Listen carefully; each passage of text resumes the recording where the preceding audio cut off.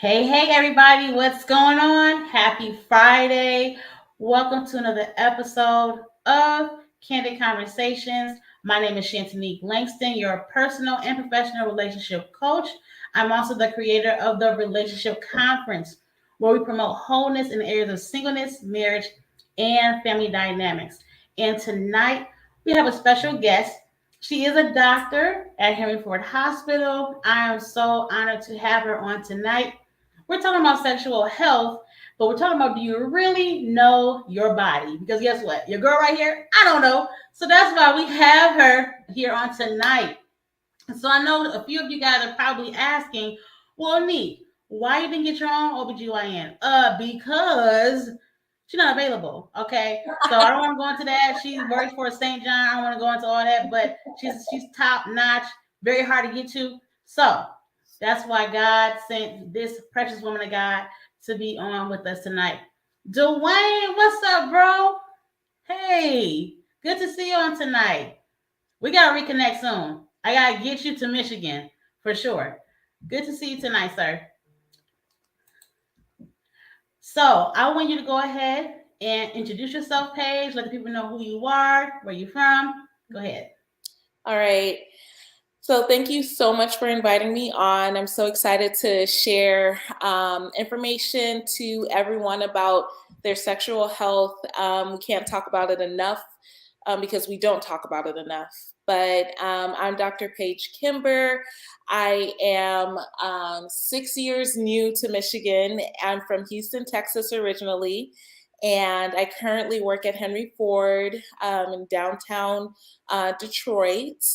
Um, a little bit about me. I just got married about a year and a half ago, and I just had a little one 4 months ago. So a lot of new changes in my life, but a lot of really exciting changes, a lot of personal change, a lot of personal life changes, a lot of work related changes. So, but all good ones. So I'm excited to share uh, work information with people, personal life experience with people, whatever is needed to make this conference as enriching as I possibly can make it.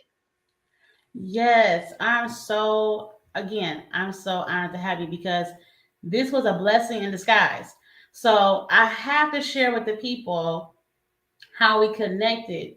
And I hope this helps somebody who may have an idea to collaborate with other people, how to do that um, successfully. And so sometimes we lean on people that we think, will come through for us. And sometimes God has to step in and provide the way for Absolutely. us because sometimes people can hold over your head and say, oh, I'll put her on, I'll put him on. But some things got to be done by God and God alone. And Yeah. so I am grateful that we were able to, again, connect through your colleague. She wasn't able to make it because she has a prior engagement on the same day as the conference. She felt so bad, but she felt led to reach out to her fellow colleagues. And I'm so grateful that you said yes to the call. So that's how we connected. Long story short, everybody. And I'm glad to have her, precious spirit. And I know she's going to definitely give us some insight when it comes to sexual health. I want to also say this before we go into the conversation. It is important for us to know what's going on in our bodies. Absolutely. It's important to know if we are called, people are saying, I'm a man of God, woman of God, if you want to live longer, you need to know what's happening with you. All right. There are people who are having sex wrong. And that's just the honest to God truth. I've heard different stories from different people. And even professionals, health professionals have said certain things to me. And I'm like, we got to have this conversation, even though it's a hard conversation, but we need to be mature enough to understand what's happening and not be so spiritual. So, and that's an issue that happens a lot, and we're not really focused or aware of our natural environment. So, why is knowing our bodies so important? So, knowing our bodies is so important because if we don't know what our normal is, we don't know when something is wrong. And so, it's important to, and this is going to sound risque, but I 100% stand by this. It's important to explore your body. There's nothing wrong with it. It's yours, so know it. And that starts with knowing your breast. I'm a female doctor, so know your vagina. Know what your normal is. So if something comes up where you're like, this is abnormal, when you come to me, I know exactly what to look for because you're telling me what to look for. So that's one. Two, just a fun fact, most common way breast cancer is diagnosed is by the patient. So it's important to know your bodies. And that starts by self-exploration. You have to self-explore more than just spiritually or emotionally. You have to do that physically too. And honestly, we all have, physical, natural urges that are honestly a blessing from God, and it's supposed to be used typically within the confinements of marriage. And if you're not married and those urges come up, it's okay for you to explore yourself in that way too, because it's safer to do it with yourself than to do it with multiple people. So that's another way that you can get to know your body as well. I hope y'all just heard that. Oh my goodness, I'm sure you're gonna have a lot of people like on the edge of their seat I at know, the I'm very conference. That is taboo right there. I But know we it need to is. have more dialogue about this. Yeah. It is a relationship conference, right? Yes. So if you have not been following me on Instagram, you need to do so at Neek Speaks or at the Relationship Conference on Instagram. We are getting ready for our conference, and she is going to be one of our special guests, sponsor at our conference. I'm grateful for her to say yes, to pour into our people and to give real insight. All right, and be resourceful. She's a doctor, so if you need to make an appointment, you can do it right on the spot. And she can tell you exactly where to go so you guys can book an appointment with her. Okay. So she's been in the game for a minute, you guys. So I won't bring anyone on my platform who doesn't know their stuff and who's not passionate about serving the people. That's what we're here for. The theme of our conference is chemistry versus intimacy, and we're taking a deep dive look into sex and intimacy from outside of the bedroom. So we got to talk about the very, touchy areas to understand the difference between sex and intimacy. There are different levels of it, and we need to really explore that and to find out what's happening with people, why people are so intertwined with each other, and they're not finding healthy balances even in their singleness and in their marriage. There's so much happening, you all, and we really want, again, to serve the people and give you guys the real truth and how you guys can heal and learn to maintain and establish relationships this year. So, again, this is not a one size fits all conference. No, no, you have to be willing to learn and unlearn and then go through that healing process. Use the resources outside the conference. Like I said, we have a doctor who's here. I have a mental health counselor who's going to be with us.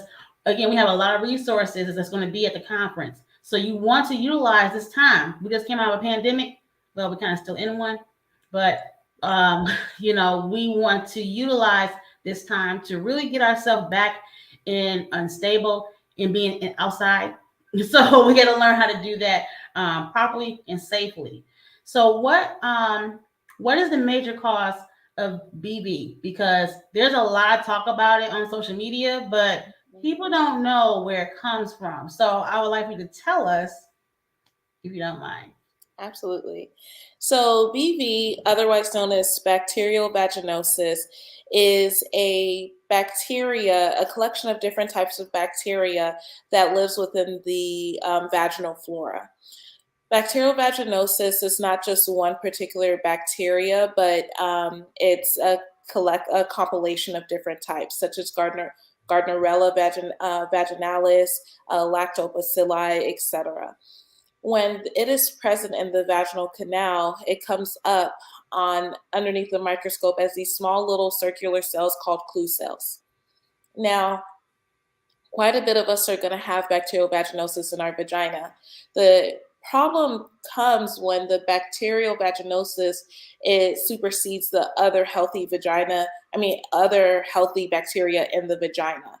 And when it outnumbers the other healthy bacteria in your vagina, that's when you get the pathognomonic, smell, the fishy smell that comes with bacterial vaginosis. And that's where you get the vaginal irritation, the abnormal discharge. Abnormal could be thicker, looser, more copious, sometimes a change in color, yellow, green, brown. Everyone presents a little bit different. But once that arises, you would want to go ahead and get treated. If you see bacterial vaginosis on a finding or on a lab, you don't need to get treated unless you have symptoms, okay? So we already talked about those symptoms. The fishy odor is one of the more common symptoms of BV, but it could be a plethora of symptoms, including irritation and irregular looking discharge. And you treat bacterial vaginosis in multiple different ways. Let me not jump the gun. You only asked what is bacterial vaginosis, but I was about to go into a whole visit with you guys. Listen, I'm sure myself and other people want to hear more about that too. You guys got to come to the conference to get a little bit more of that. I know, I'm just divulging it all. Yes. Or if you're not able to come to the conference, we are going to have a women's summit. Yes, we're going to have a follow-up after the conference. Again, we're going to have great resources to help you, throughout the year. So if you're not able to come to the conference, you can attend the summit. And yes, we will have, she says, yes, we'll have Paige, or Dr. Paige, excuse me, at the conference as well, the women's summit as well. But a lot of people think it comes from men. Is that true or false? So bacterial vaginosis is not a sexually transmitted disease. However, if you have bacterial vaginosis, and you notice I'm getting this a lot, I keep treating myself, it's not going away, it is not a foreign idea to have your partner treated as well, because he can I don't want to say contaminate the vagina with bacterial vaginosis, but he can spread it back to you. Okay, so I hope you heard that. It just makes you more susceptible to that bacteria growing more than it should. And the way it does that is by offsetting the pH in the vagina. So when sperm gets into the vagina, it can offset the pH. And if you're already prone to bacterial vaginosis, you're more likely to get it if you continue to have intercourse, especially unprotected. I hope y'all heard that. This is why we're having this conference. There are just so many different things we need to know about our bodies and what our bodies can take and cannot take. Because I know a long time ago I was at college and they had a sex talk, and it was very interesting. It was the crowd, it was a lot of people in the room. I mean, couldn't get anyone else in the door because people, as young people, they're having sex or some type of activity going on and want to know what to do.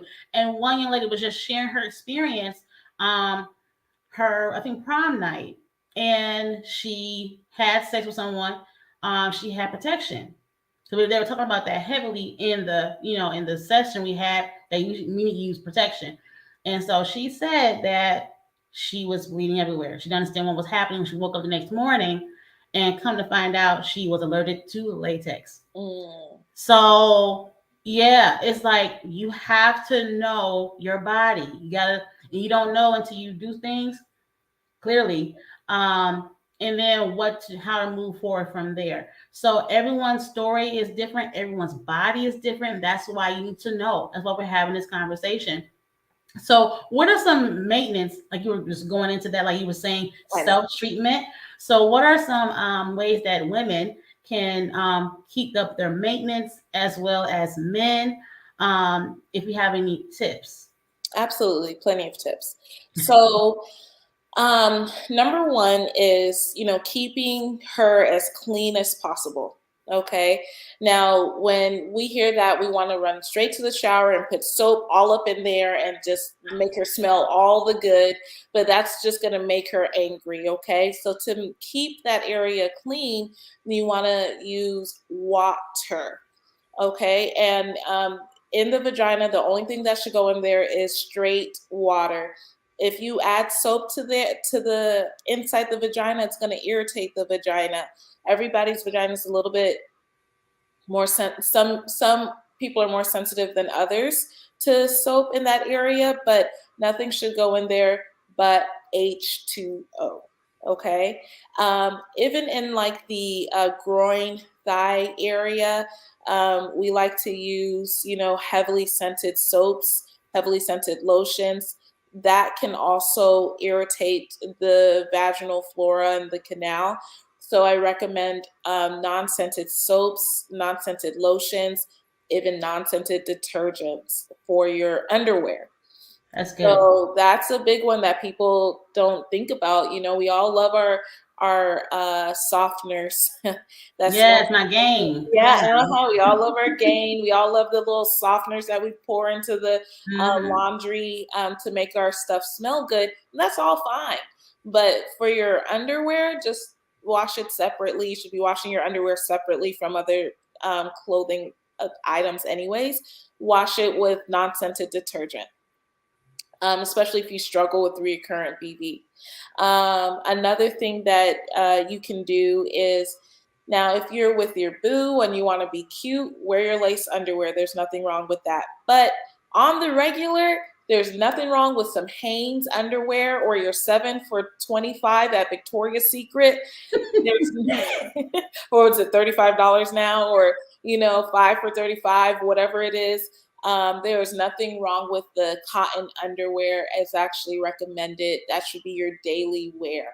You can get cute ones. It should be cotton. And if you're wearing lace, make sure it has a cotton lining on the where it touches the labia, because that lace can really irritate the vagina, and any type of stimuli to the vagina can affect the flora.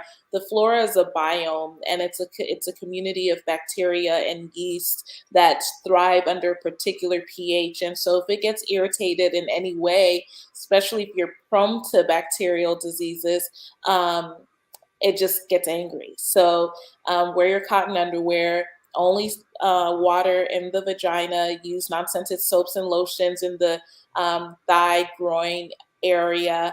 Um, no scented detergents for your underwear. Avoid lace as much as possible. Wear cotton underwear.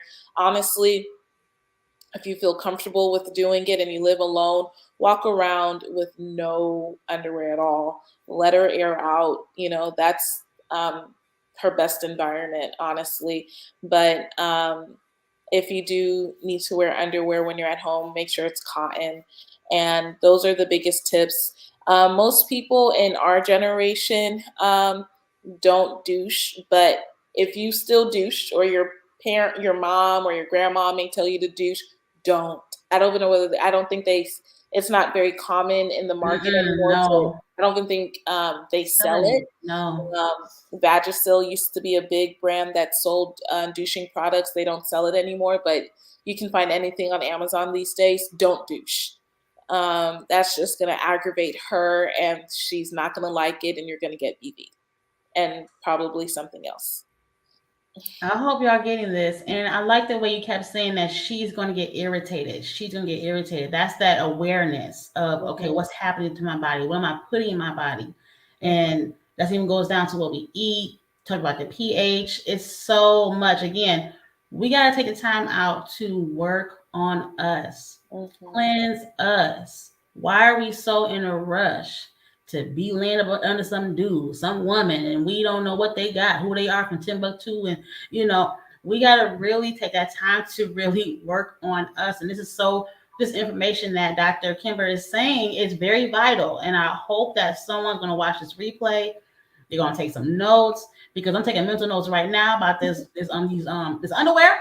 Okay, yeah. With the cotton and making sure it's unscented detergent that I gotta use for my underwear.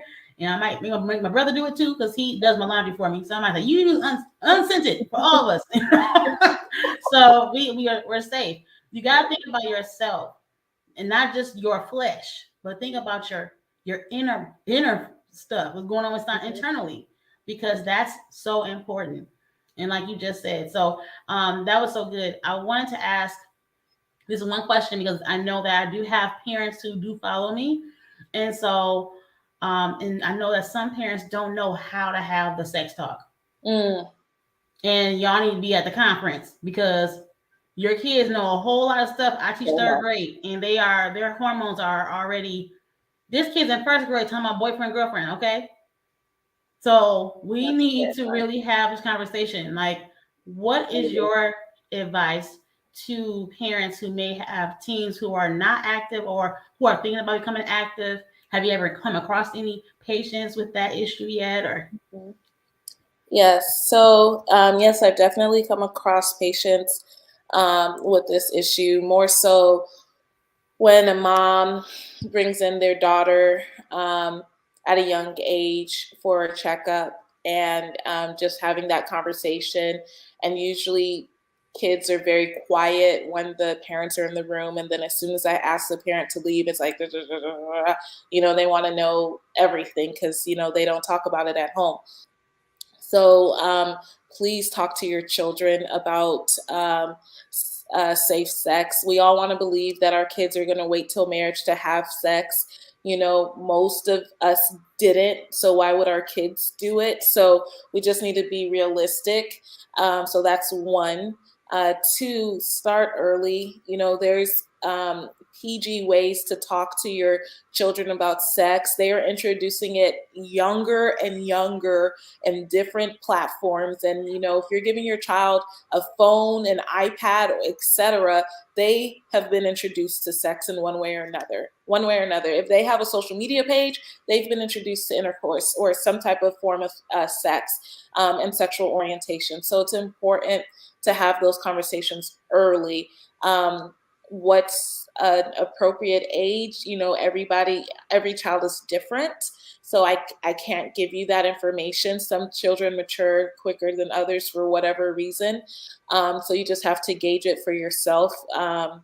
But for example, I do have a 11-year-old stepdaughter, and we had the talk with her around 7 because that is the age that she was introduced to like YouTube and things of that nature. So we have a conversation with her. So I would recommend just keeping it as basic as possible. Kids are going to feel like it's awkward to have this conversation with their parents.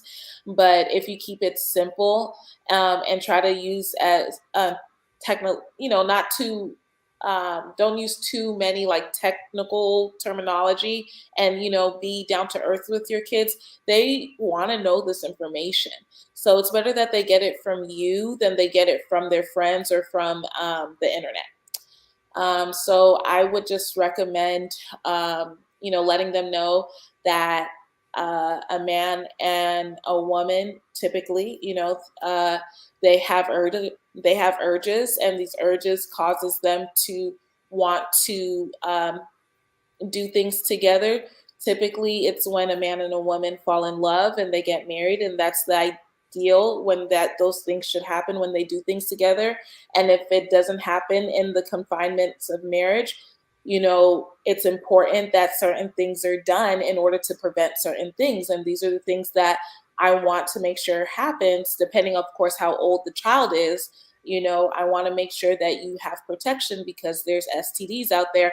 I did not show my 7-year-old stepdaughter pictures of STDs or talk to her about STDs. But now that she's getting older in time, I will show her pictures of STDs. I Google it and it will scare them. Okay. And I know Yes. you can't use fear tactics with children, but you're keeping it real because these things, I've seen them. So they exist. Show them pictures of herpes, show them pictures of ulcers, show them pictures of skin changes that can happen if you get, say, syphilis, so they know that, like, sex is not a benign situation that you just do and it's just wonderful and it's just great like they see on television. There's consequences to intercourse, especially when you do it out of wedlock and when you do it without protection. And then also, you also have to have the birth control talk with your girls and your boys, because boys have children too. They may not be carrying the child, but they have children too. So they need to make sure that the girls that they decide to sleep with are on birth control, or that they wrap it up and they are very careful. But yeah, just making sure that you talk to them about birth control. And obviously, if you don't know all the different types of birth control, you're welcome to bring them to your own OBGYN to talk to them about the different options. That is so good. You just preach, girl. You just preach. And I hope that a parent is going to see this and they're going to take notes and they feel a little bit more comfortable about having the conversation. And like I said, you don't have to be super deep.